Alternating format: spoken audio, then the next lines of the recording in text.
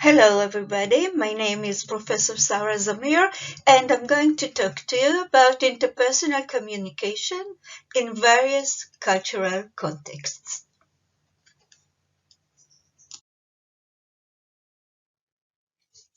Although language reflects the social reality of a given culture, the opposite is also true. Discourse and style can impact social attitudes. This view is consistent with Orwell's hypothesis, which states that the language we speak shapes our way of thinking and our way of looking at the world. The implications of Orwell's hypothesis are expressed by what he called the theory of linguistic relativity.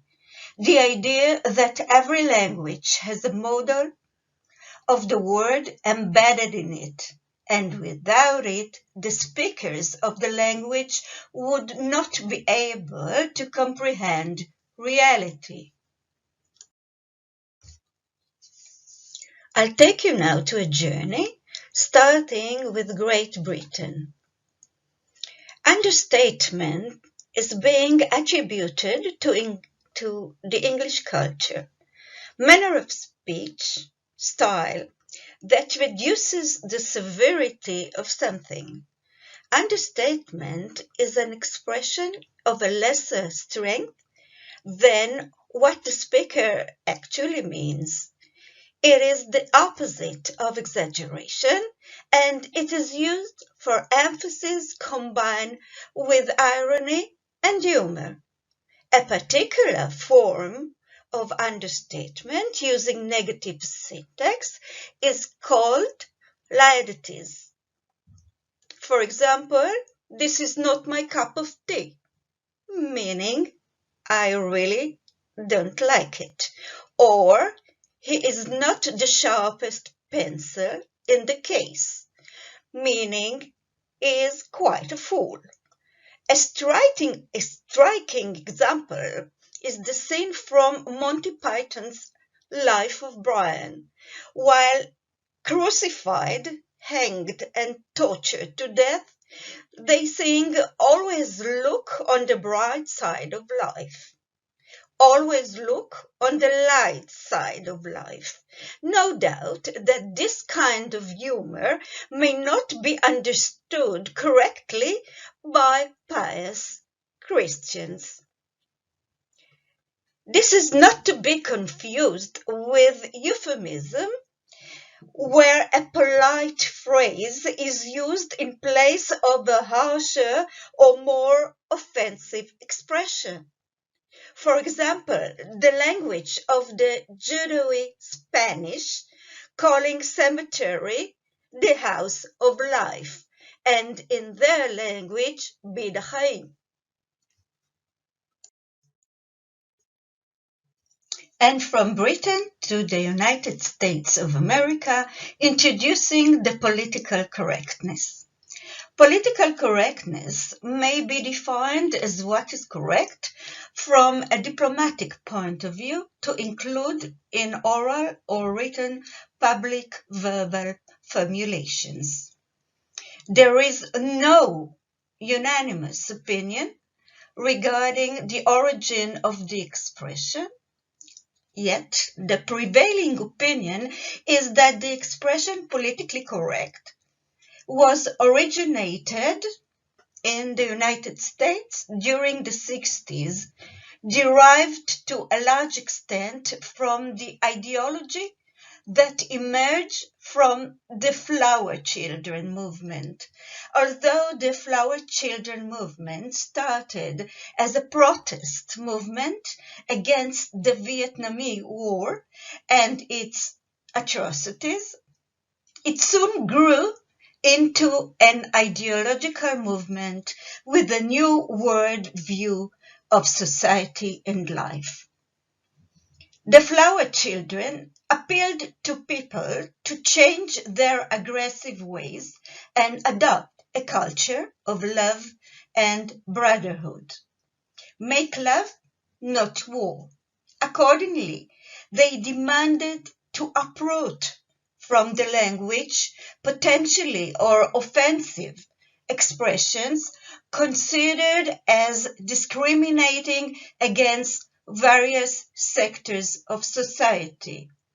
Therefore, political correctness would relate to the unemployed with more sensitivity, calling an unemployed person a person being between jobs for the moment, but never unemployed. Other examples, for example, elderly people are called senior citizens, and the invalids are called not handicapped, but physically challenged.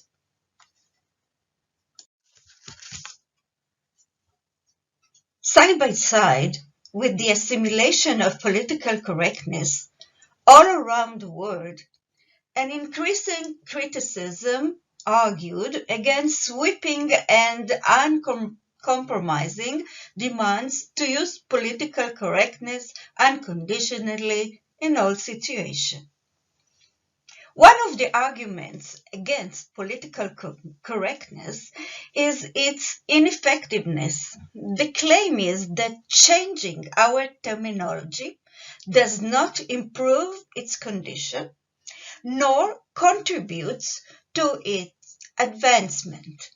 Those who advance this argument believe that the negative connotations attached to certain terms stem directly from the difficulty in which a particular sector of the population finds itself, and that it is just a matter of time until the new terminology will also be loaded with the same negative association and attached to its precedence. An example in support of this argument is the expression Ministry of Welfare, which today has become loaded with the same negative associations and connotations as the previous expression Ministry of Social Assistance.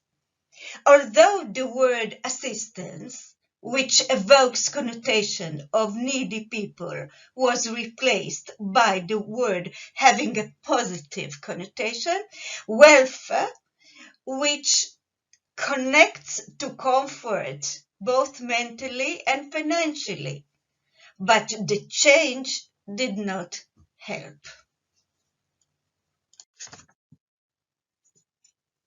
Hence, some even criticize political correctness as immoral. Since political correctness only papers over a troublesome reality, it actually prevents us from really confronting difficult issues, and it blurs our awareness of painful social phenomena. It prevents us from directly examining shocking truth and blocks any real possibility of looking in the mirror of our society, not to mention changing our behavior in accordance with universal humanistic codes. To a very large extent, political correctness deals with a semantic softening of reality. For example, all it asks for us is to speak inclusively, from the expression social inclusion, about other cultures, other styles, and other values, and never express an opinion. So, for example, renaming terrorists as freedom fighters, militants, or activists for the sake of political correctness not only gives legitimacy to murdering innocent people, but it also denies the victims the right to seek remedy for the crime committed against them. An additional argument focuses on the tyrannical nature of political correctness. Political correctness forces a person to be careful with his speech in order to avoid being criticized for being critical of others. It imposes on its users the adoption of new linguistic trend instead of the old one, reducing people's right to freedom of speech. Immediately after a person learns to master the secrets of politically correct discourse, he or she also can join in criticism of those who adhere to the old discourse. Now, they can join others, correct others, and blame others for deviating from political correctness. This sort of tyranny is thought justified since allegedly it is directed against those who still haven't seen the light. Acting as a word police, political correctness disqualify worthy literary and other works of art considered as offensive to one sector or the other. For example, censorship of racial expression in text could also act as a boomerang. Correction of, for example, racist expression would neutralize any chance of criticizing books for racist attitudes embedded in them. For example, children reading an improved version of Orwell twist in which Fagin is the greedy Jew would be unaware of the anti-Semitism spirit and would be unaware of the attitude of the era. Another time, another place, the Israeli Dugri style. The Hebrew term Dugri, originally from the Turkish language, means in a straightforward way, or directly, or without intermediaries.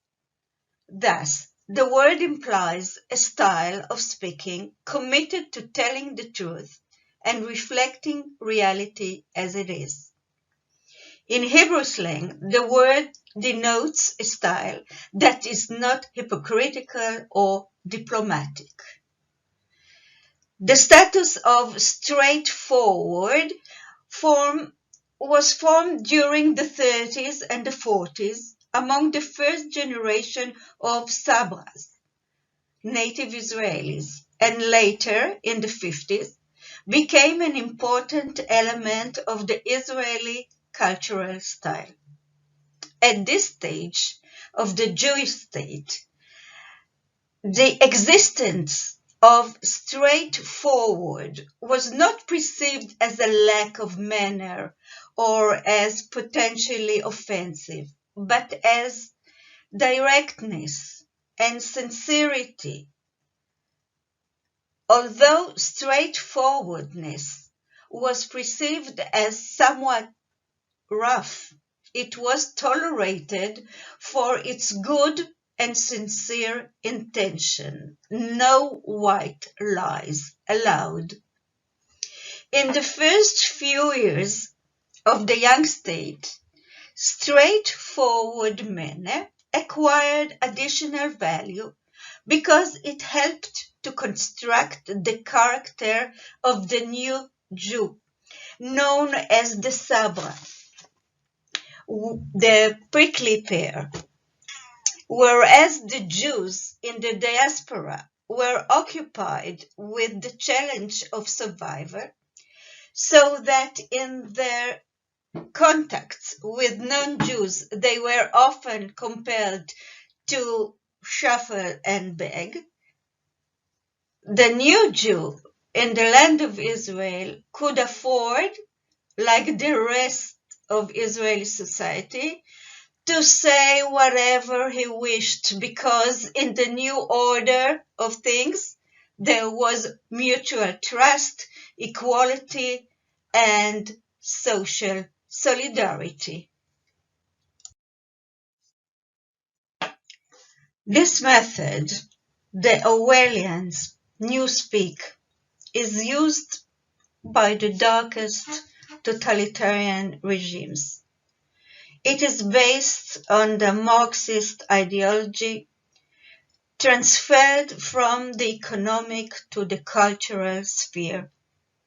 For example, Orwellian newspeak, illustrated in George Orwell's book in 1984, written in 1948, as a clever speculation of the future. War is peace, freedom is slavery, ignorance is power. Like the big brother, the newspeak acts like thought police, terrorizing those who dare deviate from correct terminology.